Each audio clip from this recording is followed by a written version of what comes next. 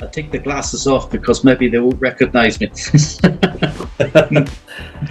Excellent. Okay. Well, thank you. Welcome everyone to this episode of the GayEddie podcast. My name is Joe Walsh, and today I have the pleasure and privilege of having a chat with our new friend, Eddie Stewart, who found out about the podcast. And Eddie has some memories of growing up in Northern Ireland and coming out as gay back in the day. And Eddie's going to regale us with a few stories. So, Eddie, if we could just go back to the start. You now are currently living abroad in Spain, Yes. but Yes. you'd come across some of our material online and it sparked off memories for you when you were living here. Where did you grow up? Where were you born and where did you grow up? I grew up in North Belfast. Originally, I was born in the Dunkern Gardens, and my family were all around that area, Antrim Road. But when I was very young, and my sister and brother, my father bought a house at Bellevue, just up facing the zoo. At night, you were sleeping in bed, and you could hear the hyenas and the lions and tigers. So we grew up just in front of Bellevue Zoo on the White Railroad. Wow. And at what age did you sort of realize that you were gay, possibly gay? Did you have that revelation? Yes, I think I always had it. But I thought these were thoughts that only I had them in the world, that there was something wrong with me. So there's no need, I said, to comment or say anything. Of course, I knew I liked guys, You can't lie to yourself. You know what's in your head, you know what's in your mind. And I would say from a very early age, from about 12, 13 onwards, that I knew I was. And even at school, I got the name of being gay at school. And I could never understand why. I think it's because my mother always had us with a shirt and tie and perfect looking, we weren't messy looking, and I wasn't a troublemaker and this sort of thing, but I always got the name of it. Right. And I expected it, but I wasn't camp or anything. I was just like all the other guys. And this is something that which I didn't know at the time, that they could see and I didn't understand. And did you have a coming out experience? Was there a time that you came out to your family? Oh, I had a big party, yes. Not. No, I didn't have a coming out experience. I had already moved away from home and bought a house and everything. And, I was living on my own, and I had these feelings, and I just thought I would test the waters. So I was reading the old Belfast Telegraph, our only form of communication in those days, with no computers or anything. And I saw Cara Friend. I said, what's this, Cara Friend? So I read up on Cara Friend and I gave them a telephone call. And they said, well, if you want to, next time you're passing through Belfast, if you want to meet up and have a talk, have a chat with us, So I did. I met two of the guys, and we actually went to the Parliament Bar. They asked me where I wanted to meet, and I said the Parliament Bar, because I knew it was a gay bar and I wanted to experience this. I hadn't a clue what to expect. So we were having lunch. This is the funny part. We were having lunch, as you do, and in the Parliament Bar, and all these guys were walking in and around. It was only about 12 o'clock lunchtime or something, and I said to them, "All those guys, they're walking around. Are they all gay?" And they said, "Yes, Eddie. This is a gay bar." I said, "All of them, they're all gay," and they're walking around, and so then they started to talk to me about how I felt and trying to make me feel comfortable and so forth, I already knew in my heart of hearts that you were asking that I was gay, but I had never actually had a conversation with anyone about being gay, apart from the Cara friend guys. Yeah. So So that's my our memorable friend occasion. was offered a befriending service for gay Oh yes, people and bisexual people at the time, and so they took you to the Parliament. And what age were you then, Eddie? believe it or not, I was 30. It was about 2 years ago. Actually, I'm 60 now, and I've no problem in telling people I was 30 years of age when Wow. I came out. Okay. And so that must have been a pretty nerve-wracking experience. The first time you contacted Cara friend and then arranged to go for a lunch in the Parliament. So straight out there to a gay bar and risking being seen or people who knew you seeing you there. And Yeah. do you remember what year that was? God, oof.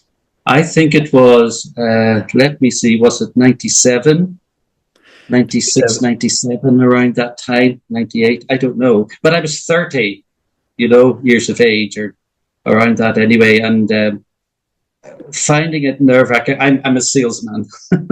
So fear of meeting people is not something that is in my blood. But I was actually quite happy that I was making that move. That I was actually going to face talk to someone about being gay. And Cara friend, I found, were so nice. They wanted me. They gave me where do you want to meet? I could meet in their offices or where, and the Parliament was the place that I wanted to meet. They were very nice. They were very kind. They weren't crazy people or anything like that. They were just like myself, normal, because normal people, ordinary people. And it was me that was more interested and anxious to take being gay a little bit further, and I didn't know how. And Cara Fred did help me, the conversation bit, and they didn't force me to make any admissions or anything like that at all. When you go to Cara Friend, they are a friend. They're like someone that you work beside or someone that or it's not this Yeah, place that's going to out you or anything like that. you know. yeah. There's many people who recount their experiences of being helped by the staff in Cara friend, and Oh, they've always wonderful. been very friendly and helpful. Yeah. Mm-hmm. So that was the nerve wracking part over. So you were living in Belfast alone, and you contacted Cara friend. They took you out for lunch, and that was your introduction into the Yes. gay social scene. Yes. And then I suppose you started to go out for nights out in the Oh, park. of course. And the Crow's Nest would have been a bar that was around back then as well. Did you ever go Yes. there? All the time. All the time. It wasn't necessarily earmarked as a gay bar, but it's where gay people went.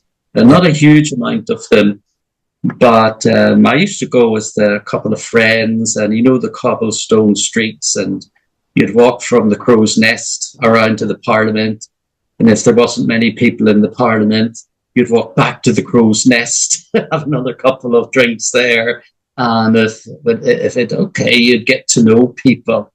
And I got to know people, and they got to know my face. The thing about the Parliament and being that step closer to being out as gay is that you've got to accept that you are sort of the new kid on the block.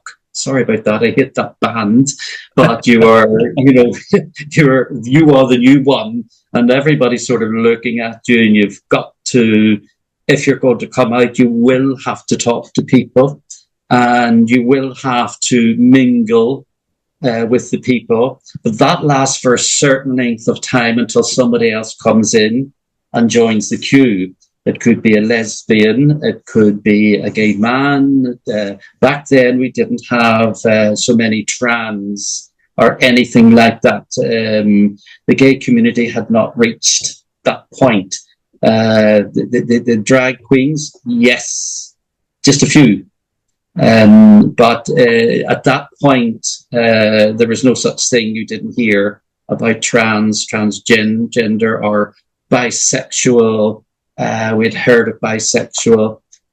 Myself personally, at that time, I never really believed it. You were either one or the other. And that's how I looked at it at the time, you know. Yep. So you have to be prepared to meet and greet people that are completely different, you know, than what you can meet and greet now. Yep. You don't meet the transgender and so forth back then, but you do now. But I would say for someone, of course, the transgender people were around; they just weren't visible. And I don't know, because I never knew. I don't know. I'm sure there were, because if they are now, they were back then. Yeah, yeah, absolutely. Yes, we've had people on who are transgender, and they were definitely transgender back in the day, but they just weren't as visible as now because it wasn't safe space. Yes, yes. There weren't as many of them, as you say, and that's probably because of the invisibility. Yes, I would say. I think the main thing back then compared to now was accepting that you were gay yourself. Well, I don't think there's much acceptance when you know from an early age. It's never talked about, and you never think about it yourself so much. But going out there and taking the first step, going into the gay bar, whichever it may be, and talking to people. And they're not saying to you, "Oh, you're gay, are you? Oh, I always knew it." It's not that sort of thing, because these people you're talking to are gay themselves and have done exactly what you're doing.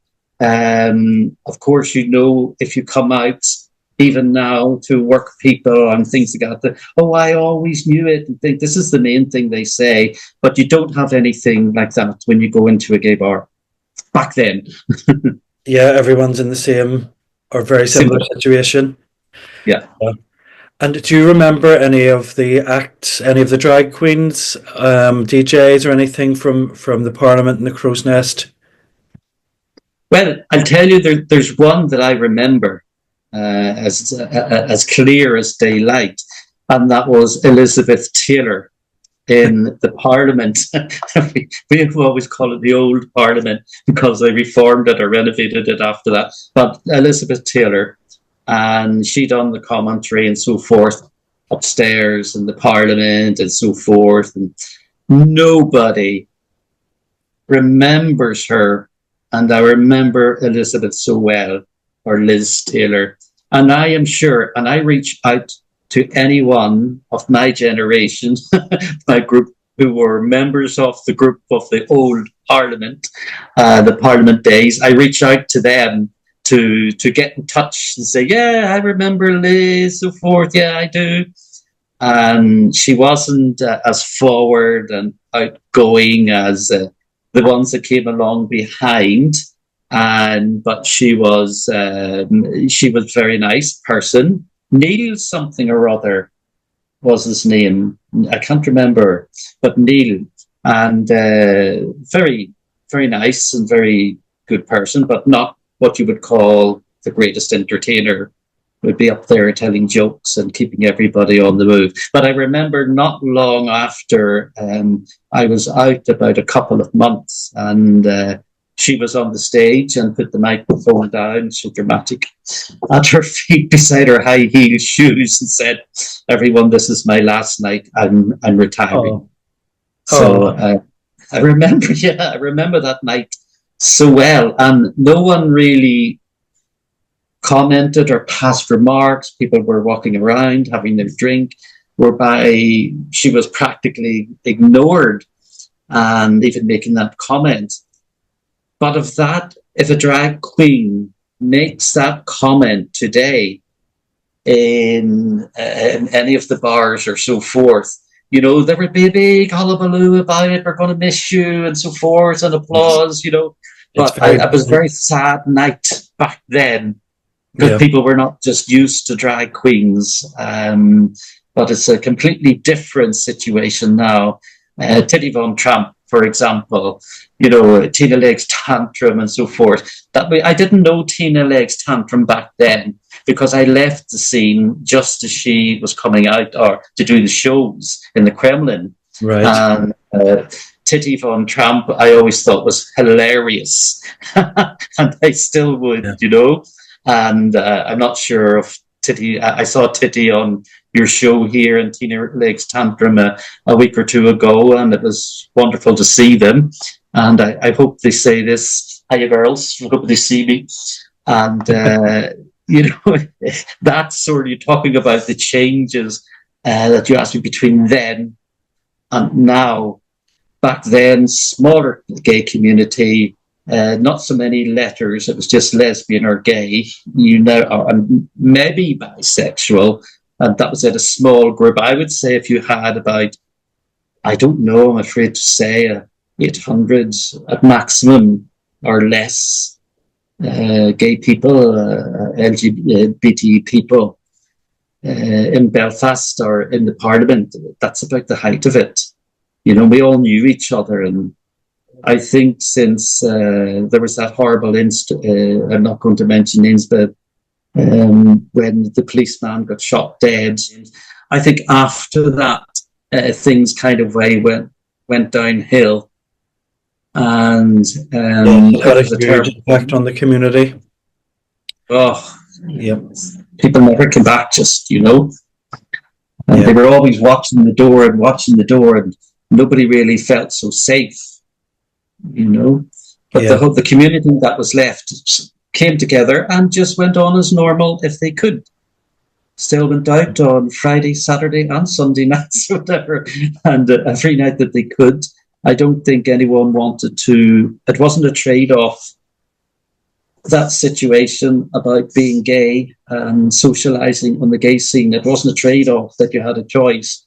You just went on doing the only thing that you knew and you wanted to do was to go out with people who were more sexually your kind and have a good time, a good weekend, a good night's music, whatever, a good laugh. So it wasn't a trade-off.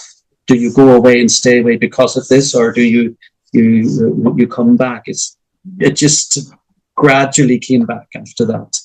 And then we heard that the Parliament was closing, and changing names and closing and not being a exclusively gay bar, nightclub.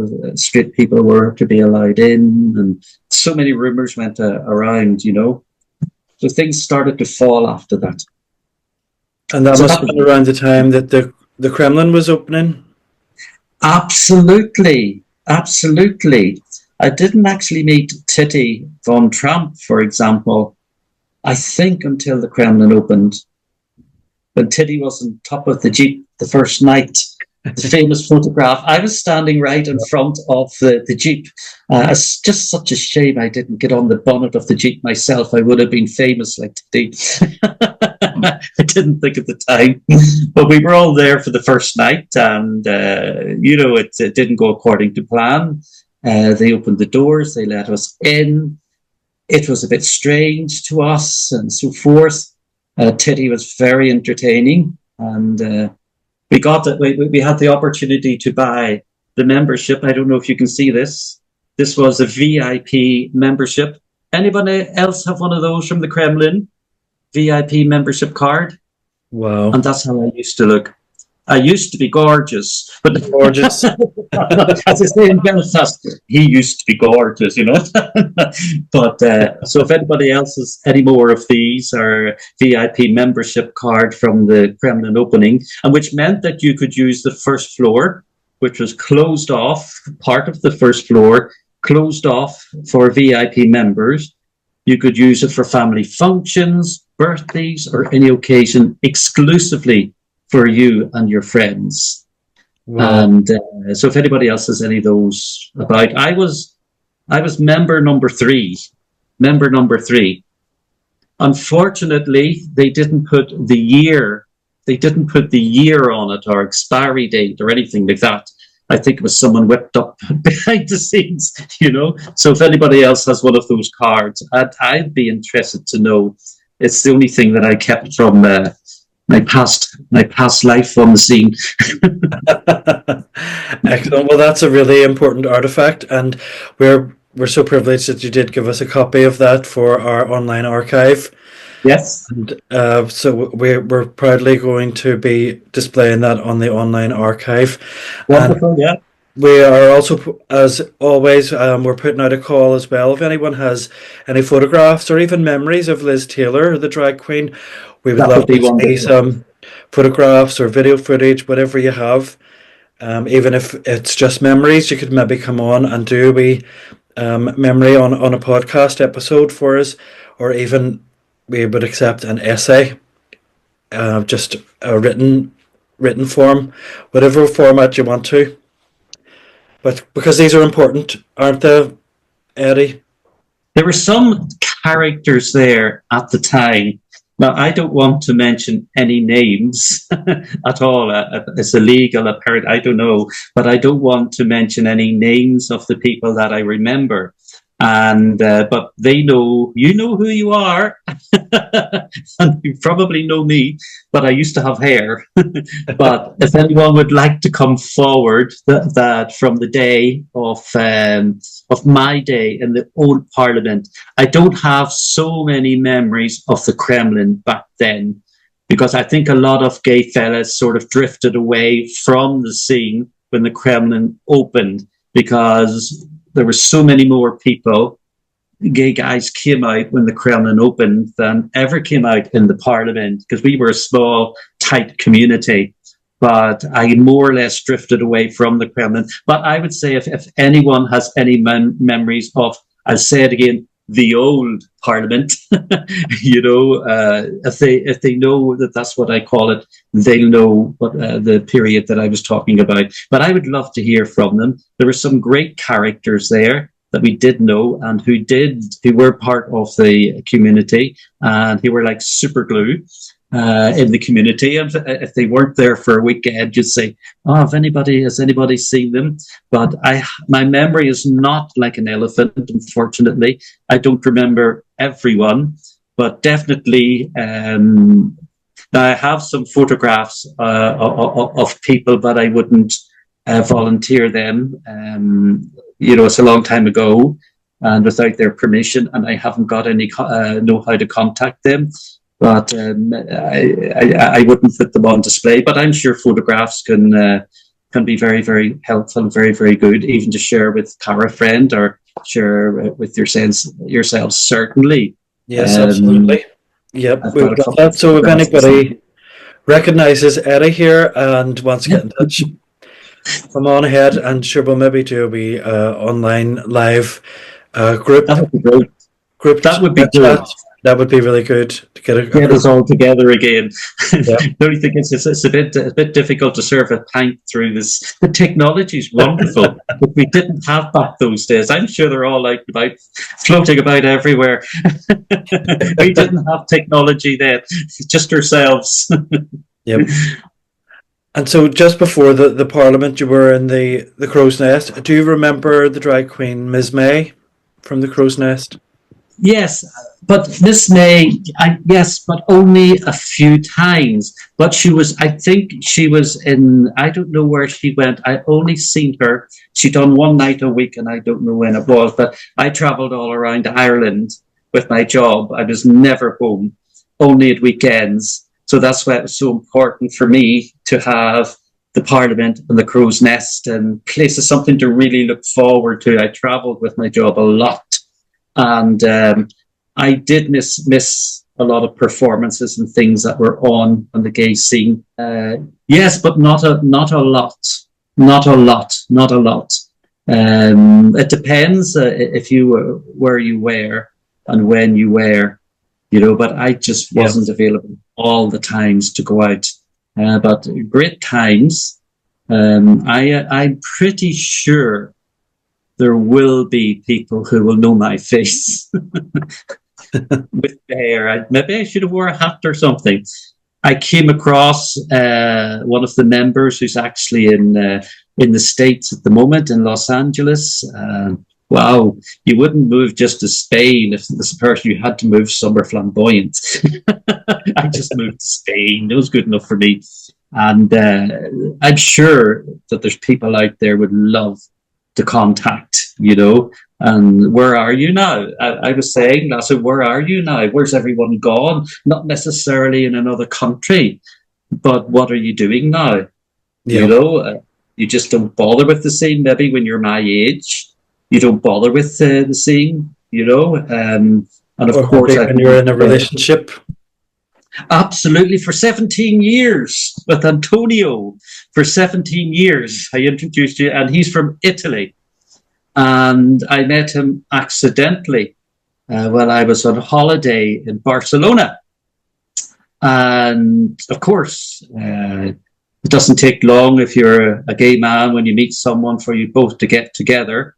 So he's from Naples in Italy. He could speak English, yes, but I taught him the rest of it. And we've been together ever since. We took it slowly, and I travelled back and forward. He absolutely loves Belfast, and he'll be coming here soon again here. And he will go. We're going to go to Belfast. I'm going to show him around again. He's addicted to the Titanic or anything to do with the Titanic. Absolutely loves Belfast and the Belfast people. So even if we could have a little group, not necessarily from back in my day, but if we had a little group of people that were willing to have a little meet-up, a little restaurant or something like that, or a bar that could bring people together for those who are no longer on the scene, or those who have left the country and are prepared to take EasyJet back to Belfast or whatever, and maybe have a little meeting, a group where we can all catch up. I would like that. I don't know how the other members would feel, but a little, get together somewhere. I don't know where it would be. Unfortunately, the Crow's Nest has been demolished. Yes. Hasn't it? Yes. I cried. It's now part of the Merchant Hotel. So yeah, and Belfast has changed so much from what I see. I haven't been there, and my mother died recently in Belfast, but I haven't really been to Belfast. It's a beautiful place now. Lots going on. We had nothing. We just had our gay bar, and that was it. yep. And Eddie, what was it like outside of the scene, outside of the social scene?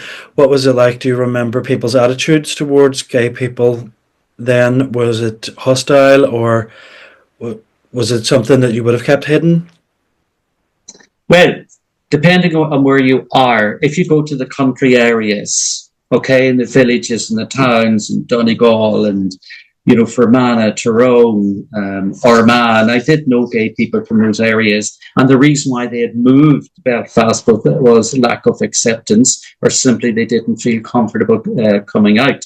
So moving to the city, there was, of course, a group or a collection of gay people in the city, and they all shared flats and they all went out at the weekends. So I would say it was the attitude. Outlying areas was very poor, but in Belfast it was poor as well. It wasn't great, but if you came out and you were among gay people, you were fine. But coming out to the straight community, even back then in Belfast, wasn't a good thing. I brought some of my friends up from Dublin years ago, and we went to the Kremlin one night.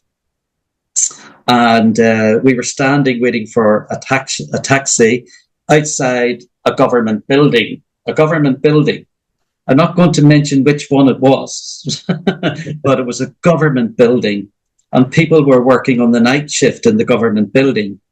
And we were standing about, I don't know, a long way down on the street for the taxi. And we got water just threw over the top of our head. We were soaked.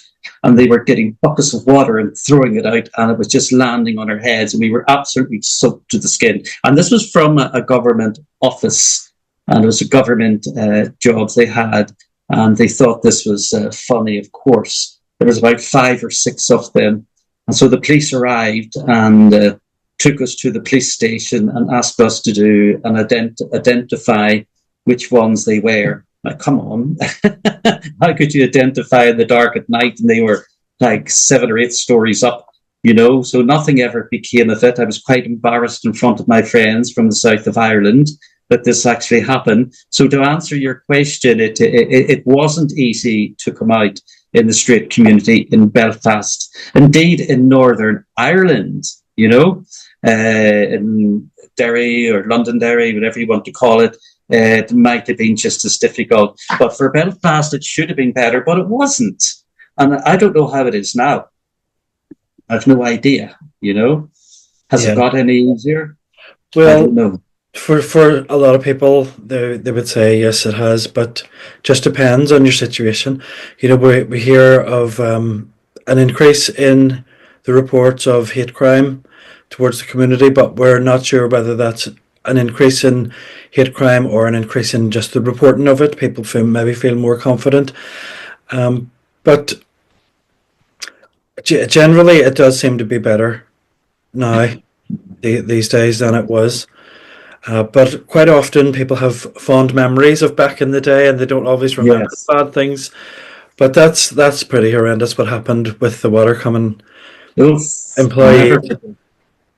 Yeah, there were 4 or 5 windows, small, all open, and the buckets, because when it was thrown over us and we looked up, they were still swinging the buckets, But of course things like that happened, and of course there was gay bashings and so forth. And there's things that happen that we don't know about, we'll never know about.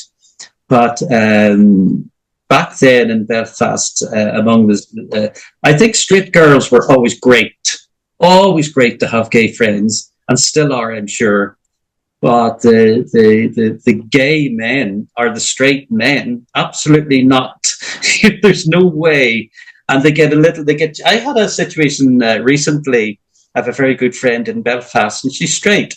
And her husband got very annoyed, about the contact that she had with me for absolutely no reason whatsoever. But it's just that she was spending so much more time talking to me than she was for her husband. But I don't know. But straight guys do get jealous of gay guys and their relationships with their wives or their friends or whatever. But there's always been that sort of thing that girls always have wonderful working relationships or relationships outside of work with gay guys. Another funny story is when I came out in the Parliament and I met this guy anyway, very good looking guy, and he seemed to know lots of people. And he introduced me to some of his friends, but this is my new boyfriend, his name's Eddie, blah, blah, blah. And then I went to the toilet afterwards, and he introduced me to these 2 girls in particular sitting at a table, and give them a hug, as you do, and a kiss because you've had a couple of drinks in you and everything. Ooh. So he came running into the toilet after me. And he said, "Those 2 girls you kissed there." Yeah, what's wrong? And he named their names. I'm not going to name their names. Eddie, the girl name with an I, is your first cousin. I hadn't even come out yet or anything, And I was at her wedding about 6 months before. Nobody knew about me, and she didn't know about me. My family didn't know about me.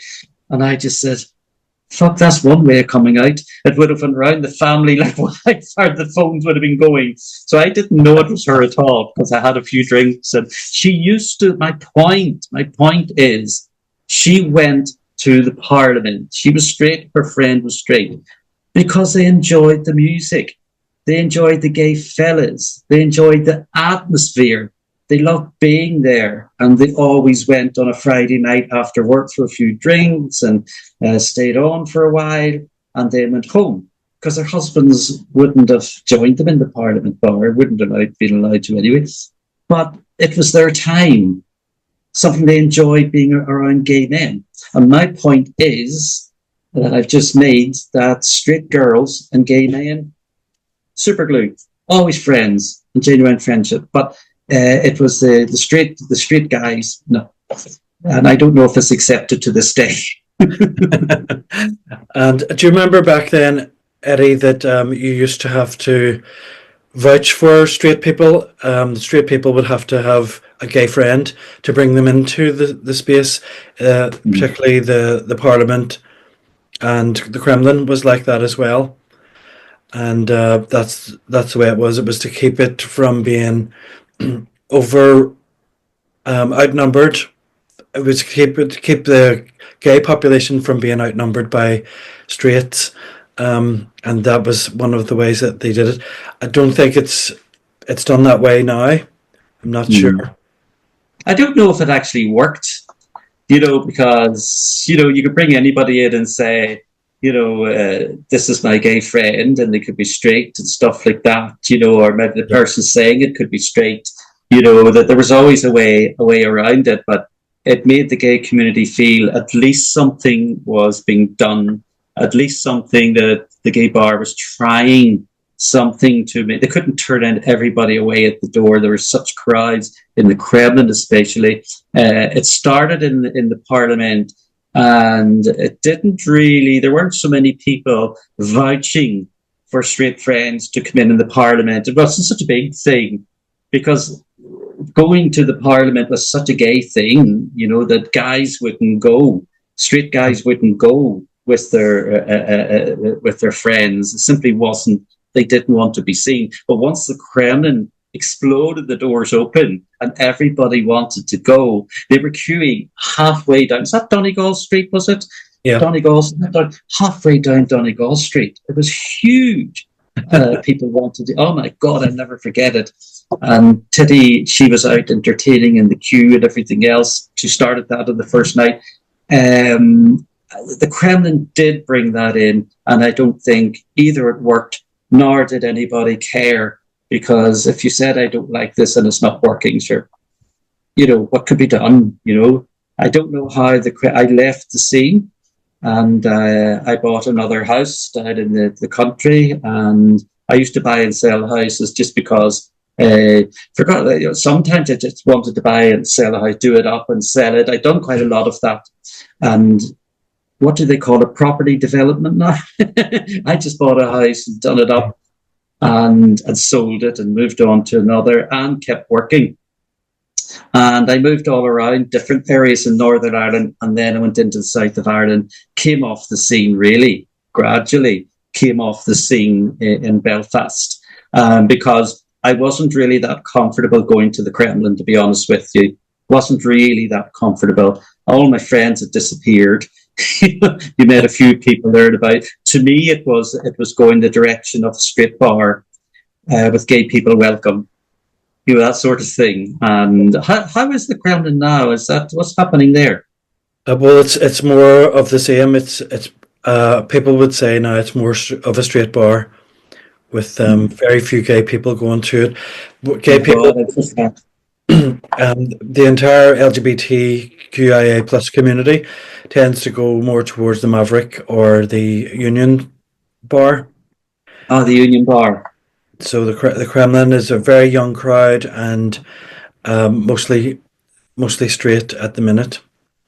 Mm. Do you think they'll do anything to sort of revive it, the gay element to the Kremlin Bar, or do you Well, think they they do. try anything, or do they care really? They do try. I mean, they recently had a revival night last week or the week before. Mm. It was for over 30s, and it Mm. was playing old dance music from back in the Thanks 90s. very much. Thanks very much for over 30s. Thank you very much for getting that in there. I have Yes. never been so insulted in all my life. You were too young to go. Absolutely. And it was over by 10 o'clock, so you were home in bed with your Ovaltine for 11. So That's right. they do try those wee revival nights and whatnot, but they're few and far between. And the majority of the time, our community would go to the other venues and not so much the Kremlin. Getting back to the point I'm trying to make, that the big clubs seem to be going to become a thing of the past, and the smaller bars. You're talking about the Union Bar. I used to love it, and I'm delighted to hear it's still going. The Union Bar. I'm sure if it was still here, the Crow's Nest would be doing well. Are there any other similar bars in Belfast to the Union Bar? There's just the Maverick bar, which is Maverick? across from the Union. Is it? Yes, so it's in the same street. And I think that you're right. That's what people miss is the smaller bars and that sense of Yes. community, Yes. and which the big nightclubs don't have. No, they don't. And too many here. There are too many pickpockets.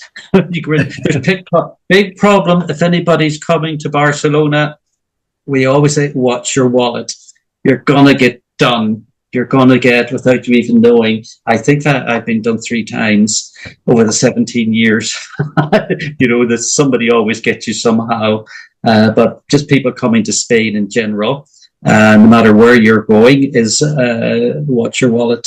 And because there's I would say an 80% chance they're going to get you if you don't know, your surroundings and they know what to watch out. But that's my advice to all the gay people coming to Spain. But life has certainly changed, and I think the gay community as well in Belfast are able to do things now that they weren't able to do so much in the past.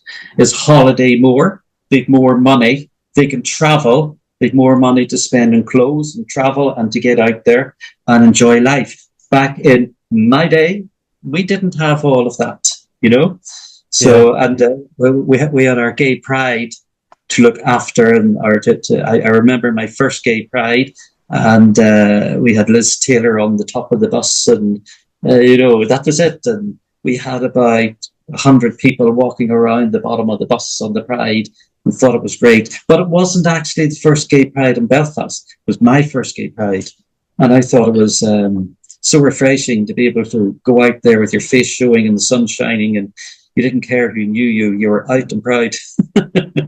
So things have changed a lot.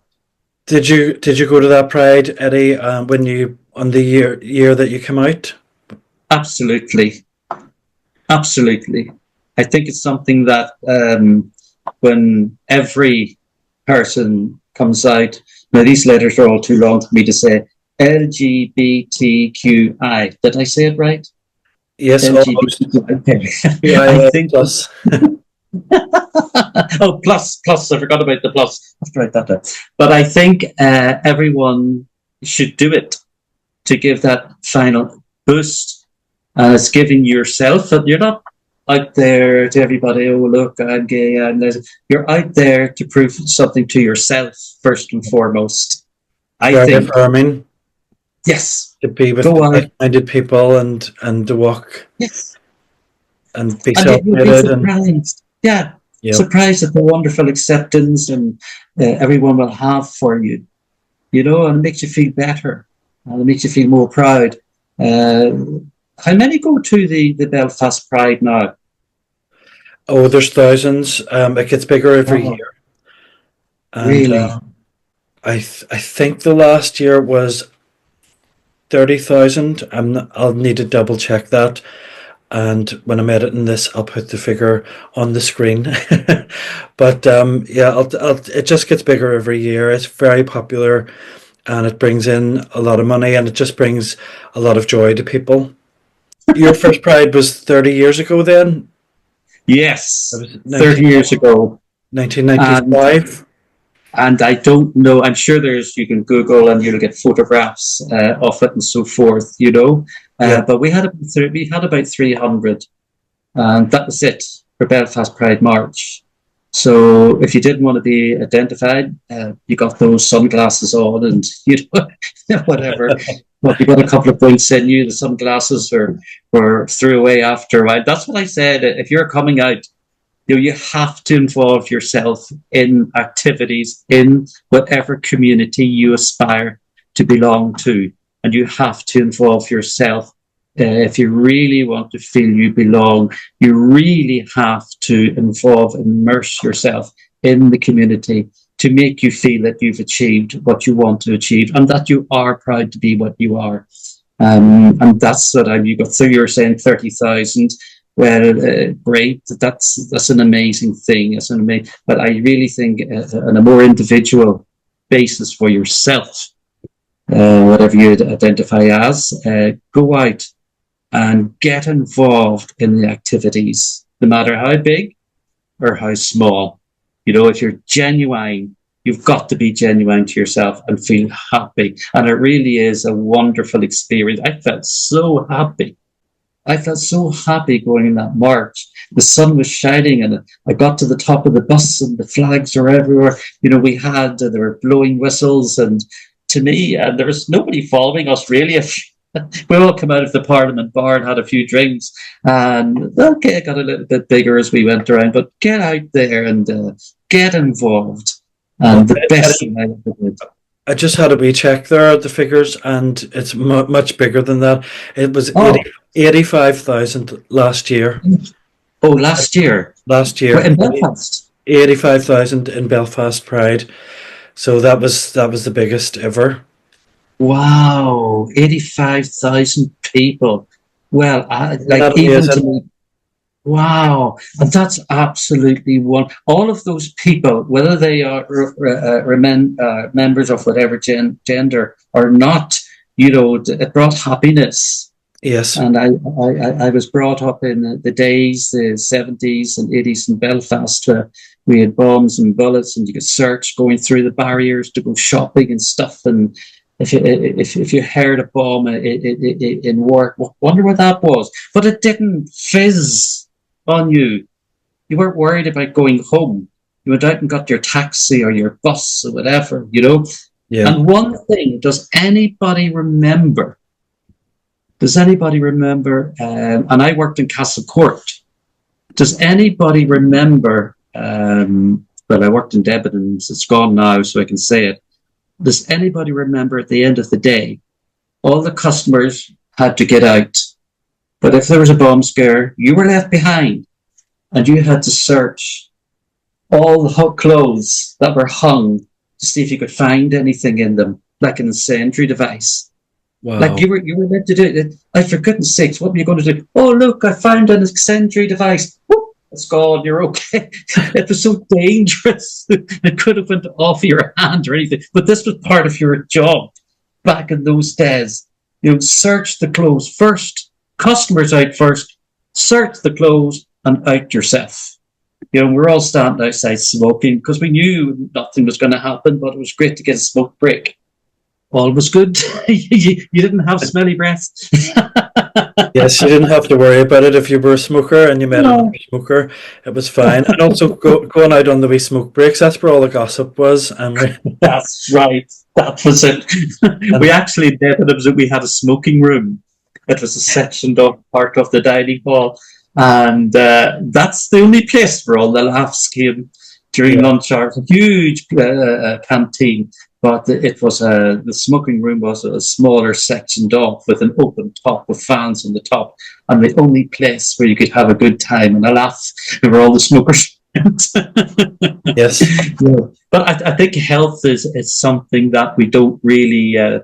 My health isn't good. I have a health problem myself, but it's under control.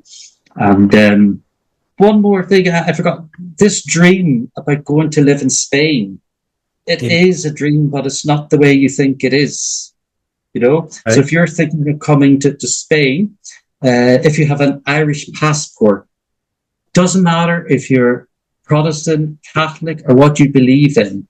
If you are born in Northern Ireland or have grandparents who are born in Northern Ireland, get an Irish passport. Doesn't matter what you feel like. It used to be in the old days, well, I'm a Protestant, I'm not getting an Irish passport. To hell with that. Now all the Protestant friends that I have, they all have Irish passports because it helps you get through the barriers. If you come off a flight, there's two queues, European, non-European. Because Northern Ireland is no longer European now, you have to queue up in a big, long queue. It was like queuing up to get into the Kremlin on his first night. But that's what the queue like. But the other queue is European, and you can skip on down the European one with your Irish passport. Even crossing borders in Europe, you have an Irish passport, flick it and go on. But if you're still going to hold on to if you have a British passport, or non-European, you're going to have just a little advantage about traveling because it's the summer, because it's holiday time, and because you probably will. Don't forget, you heard it from Eddie first. It's a little piece of advice. Excellent advice, Eddie. Thank you. And just final question before we finish. Yes. Yeah, because my red light's going. Okay, we always ask the guests, what advice would you give to young people now who are coming out as part of the LGBT community? Would you give them any advice? Well, I came out totally on my own because I'm that type of person anyway. But you'll know, I think it's good if you're coming out, try to have someone to talk to you and support you. I would say, Cara friend, if you don't want to approach family or so forth, which I didn't want to do, go to Cara friend. And that's my advice. If you live in Northern Ireland, contact Cara friend because they've got a whole spectrum, of information and people that they can go to and help you with.